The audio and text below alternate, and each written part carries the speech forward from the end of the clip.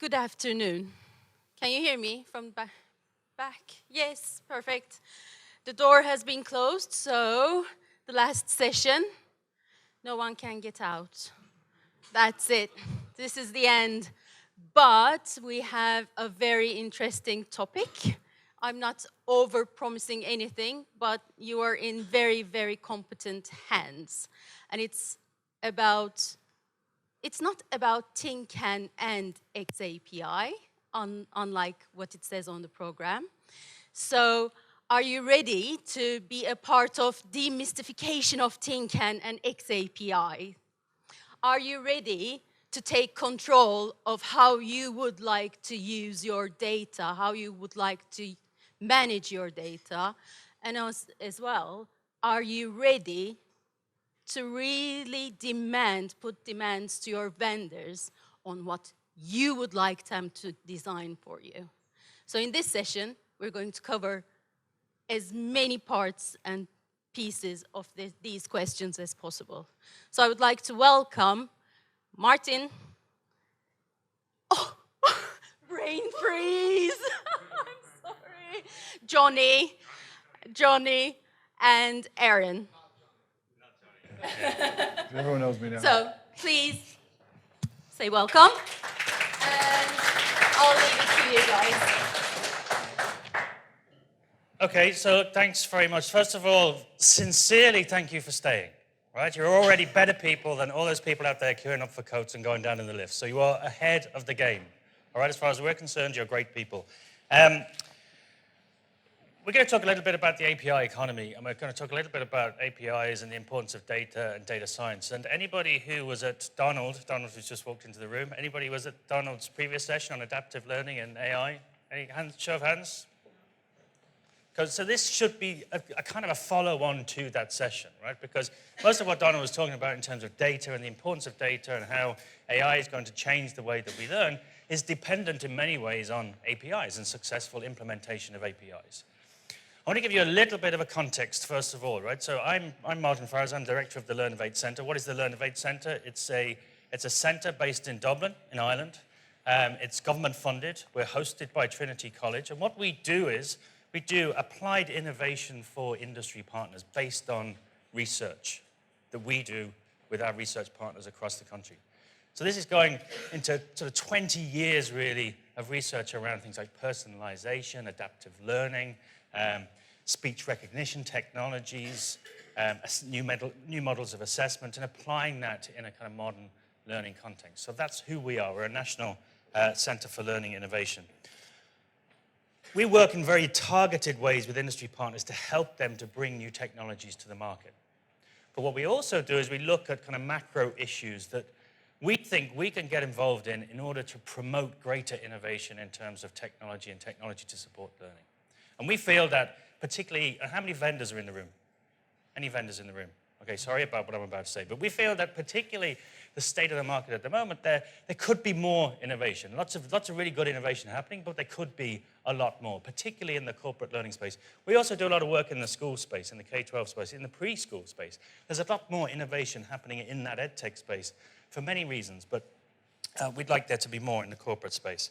So we're going to talk a little about the API economy. What are APIs? Well, APIs, we use them every day. And in many ways, what APIs do is they actually improve the consumer experience in terms of us being online.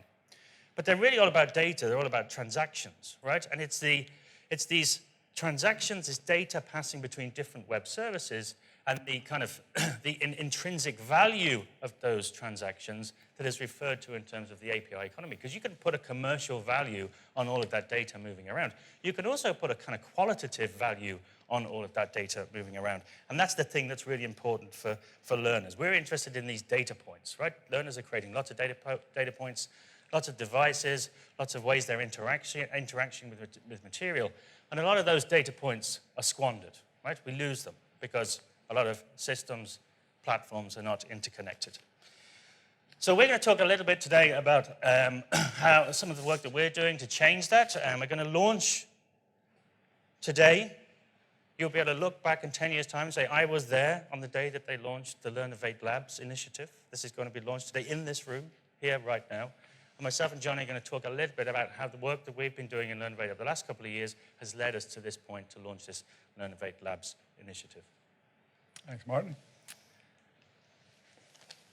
Okay, so as Martin says, we're here at the last session, and the clicker which worked a few minutes ago is actually, there's a network screen that's come up here on the mic. Here we go.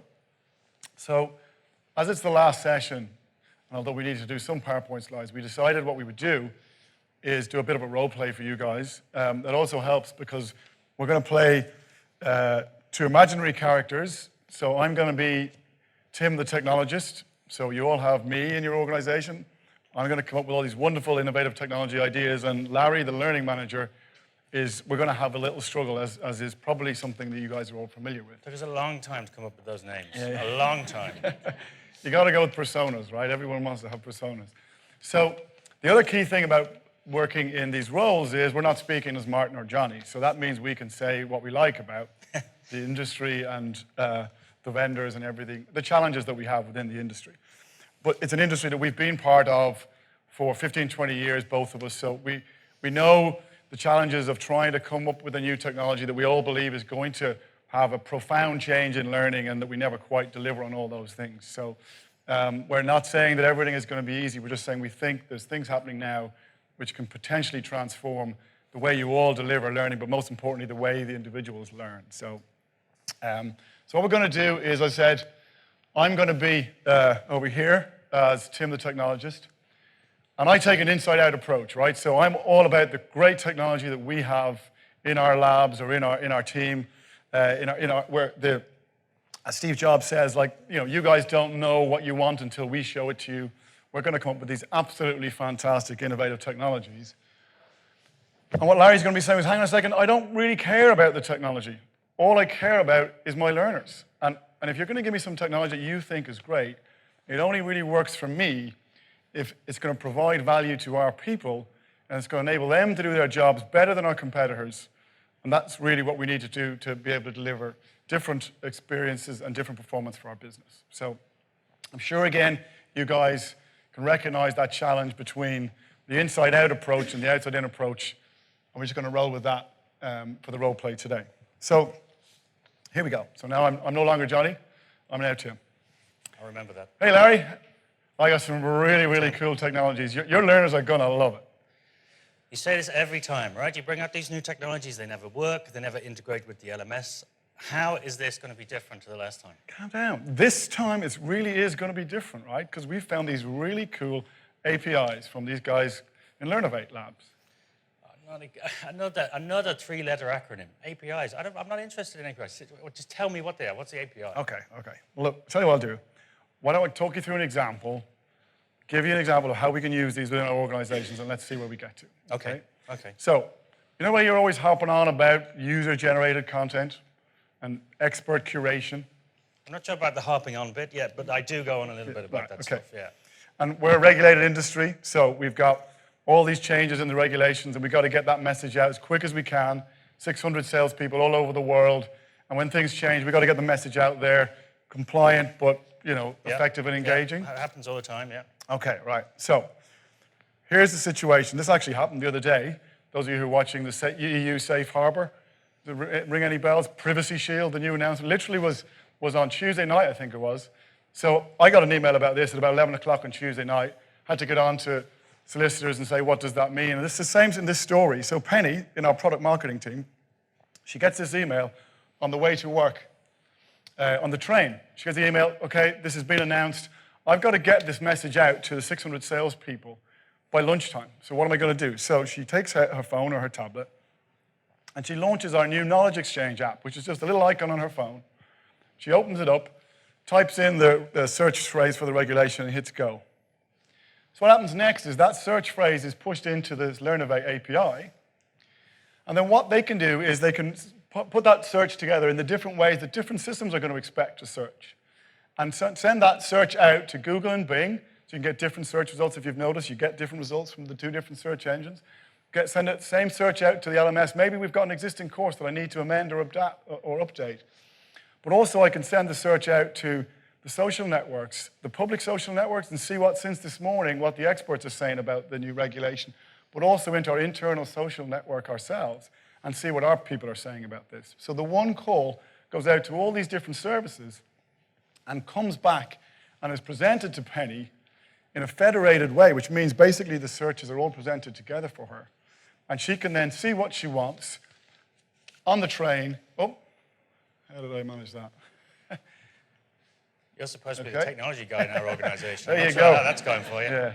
It's the user interface on this clicker. Yeah. So she can tag and annotate the materials. Like she's still on the train, she's just flicking through the stuff, right? She's not building anything yet, she's just tagging and annotating them when she gets back to her desk. That's great as a research tool, but how is she then going to curate that content and get the content out to the 600 people in the field? Okay, so when she gets to her desk, right, so now she's in the office, she's already done her research, and this is where the next set of tools from these guys in Learnovate comes in. So they've spent over 5 years looking at the different tools that people need to pull content together.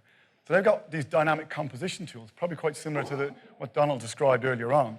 So at her desk now, she's tagged and annotated this content. She can bring it all up, and very, very quickly, she can pull together the learning experience that she requires. But she can also make it personalized and adaptive for different people. So she can put more detail into the material if it's a compliance person who needs to get an update. Whereas the salespeople, they need what they need to know to close the deal. So she can make it that it literally adapts to the role, but also to people's levels. So if somebody is new to this material, they may have a little bit more introductory stuff in there. And then she can deliver all that from her desk. So now you've got me interested, right? You're kind of sneaky because you've just introduced another 3-letter acronym, the LRS. What's the LRS? Tell me about that. Okay, so LRS, and you may have heard of the 4-letter acronym, xAPI, really exciting stuff, right? But Aaron over here knows a hell of a lot more than I do, so he's going to talk all about that in a few minutes. Okay, so I can see how this works. So a lot of the content that we need to publish to our learners today is kind of real time. What we want to do is to make them more effective in the moment. It has to be dynamic, right? So I get that bit. So Penny's pulled this content together. She can deliver the course in real time using whatever kind of platforms we want. So it doesn't matter whether it's a video platform, Skype, YouTube, whatever. She can pull all of that together. Is that right? So that's how this is working. You got it. Okay. Easy as that. So doesn't that mean that all of these things have to just seamlessly interconnect with each other? And if I'm not mistaken, you know, that kind of open ecosystem, open integration approach hasn't traditionally been a strong point in the learning technology space. There's a lot of silos of platforms. Right? So how is that going to work? You always find those weaknesses, don't you? It's a fair cop. We're not there yet in terms of the seamless integrated experience. The learning APIs that exist are emerging, but in a lot of cases, they're not quite plug and play yet. And it's not as easy as we'd like it to be for our developers to just use that to create these new learning experiences that they want. But things are changing. And I think some of that change is being driven by technologies and projects like what they're working on in Learnovate, where they're providing tools that will enable people to break out of the walled gardens of their existing LMS platforms. And there's some new and exciting smaller companies that are building these technologies into what they do from the outset. So my developers are able to take a lot of these technologies now and put them together. So what you're saying is we're going to see a lot more very specialized providers of very kind of narrow but really good solutions, all of which need to connect together to give a much better and kind of much more agile experience for learners, but for learning organizations. Yeah, and it's creating that layer in between, which is what the guys in Learnovate Labs are working on. And I don't know, I think on the next slide, I'm guessing, just giving you a prompt there to click. There it is. And so you've got, for example, third parties like Credly. So Credly is kind of, micro-credentials. I'm going to use micro-credentials for my learners if they're going off and doing things, and maybe they're doing some work which is more informal in terms of the learning, but I want to capture that. I want to be able to measure it. I don't want to use kind of narrow forms of measurement like SCORM. Can that help me do this kind of stuff as well? Yeah, and again, this is where the LRS and the xAPI stuff that Aaron's going to talk about will come in. And that's really key in terms of being able to measure the experience. But I think the most important thing for the learners is that experience that they have on their phone when the sales guys actually get the content is as close to the experience that they have when they're interacting with the technology in their lives. And this is the comment that Dave Kelly made yesterday. If we want learners to learn effectively, we have to give them the tools and the experiences that are the same as the ones they use to live their lives. So in this situation, the content can be pushed live to those learners if they're awake because they're in the right time zone. If they're asleep, they'll get the notification when they wake up. They can go back in, they can watch the experience after the fact. They can still engage with all the content. But most importantly, they can engage in the discussions, and they can rate the materials, and they can find through their group the people who've got the answers to the problem. The last thing that is really cool about what the guys in Learnovate are doing is they can put these filters on these so that, again, if you're an organization that maybe has proprietary information that you want to make sure it doesn't go outside your social networks, they've got options to embed that privacy in the front of the APIs. They're using that for kids as well, so that the searches are appropriate for kids. So again, it's a cross-sectoral approach that they have. Okay, so look, we're not going to challenge Idris Elba for acting ability, right? So that's the end of the role play, right? So, but you get the message, right? We've given you a fairly narrow kind of slice through of one example of where APIs are really important in terms of trying to just drive innovation, agility, and change in terms of using technology to support learning, giving learners experiences that are much more related to the consumer experience. Can you just go on to the next slide? So one of the kind of recurring messages that's come through a lot of the presentations that I've been at anyway over the last couple of days is this whole notion of data science, right? And that we actually need to embrace data science as learning professionals, not just as organizations, but as individuals as well, and actually take ownership of the data that we want to have about our learners and about our learning organizations, because we should be deciding, well, what is the data model that I want for my organization to be able to map my kind of learning analytics against my organizational analytics, my learning competencies against my organizational competencies. For all of that to happen, we have to have this system of, or almost an open ecosystem of APIs. And what we have found in the work that we've been doing over the last couple of years in Learnovate is that there are three key factors that really need to be in place to make that open ecosystem work more effectively. The first one is data mobility, right? Data mobility, xAPI has a huge role to play in terms of data mobility. And anybody who thinks that xAPI is just an extension of SCORM, forget that. It's like comparing a horse with a Ferrari, right? It might get you to more or less the same ambition, but it's doing it in a very, very, very different way, right? The second point is privacy by design, right? Data protection, data privacy is huge with learners and learner data. By definition, data about learners is personal, and therefore you have to take into account data privacy, data protection. But if you do that from the beginning, if you build in privacy by design, you can build APIs that protect that all the way through. And the third thing is API usability, and this is a new area, right? You can make APIs usable for developers. They don't have to be kind of almost inaccessible interfaces to plug into. And we've been doing some really interesting work about how, for example, you use color coding in APIs in order to make an API itself, the coding itself, more usable for developers. If you don't make them usable, developers won't take up your API, and you will not get throughput of data. Right? So these are three really important factors that you need in order to make this kind of innovative open API ecosystem work. And once you can then plug in that kind of blue circle, or is it blue or purple? Purple circle around the outside, you can get the app developers, the system integrators, the content providers, the platforms, the vendors to work together. But you get to dictate as the learners and the learner organizations, because you understand the data model that you want to achieve. You can get them to work according to your agenda because you want this system of open APIs. So that's how it works. We've set up an initiative called Learnovate Labs. You can go to the website. There isn't a whole lot there, but there is a form where you can sign up to find out more information about how we're going to push this initiative forward over the next 6 to 12 months. We are not a commercial organization. We're not selling anything. What we're trying to do is to put in place an ecosystem, or at least the pieces of the ecosystem that are going to make this open API model work more effectively and drive us towards the kind of vision that Donald was talking about in the previous session. So we're going to hand over now to Aaron, who's going to talk in detail about xAPI, and then I think we're going to have some questions at the end of that. Yes. So thank you for listening. Thank you still for being here and for not leaving, even though we destroyed the acting ability. But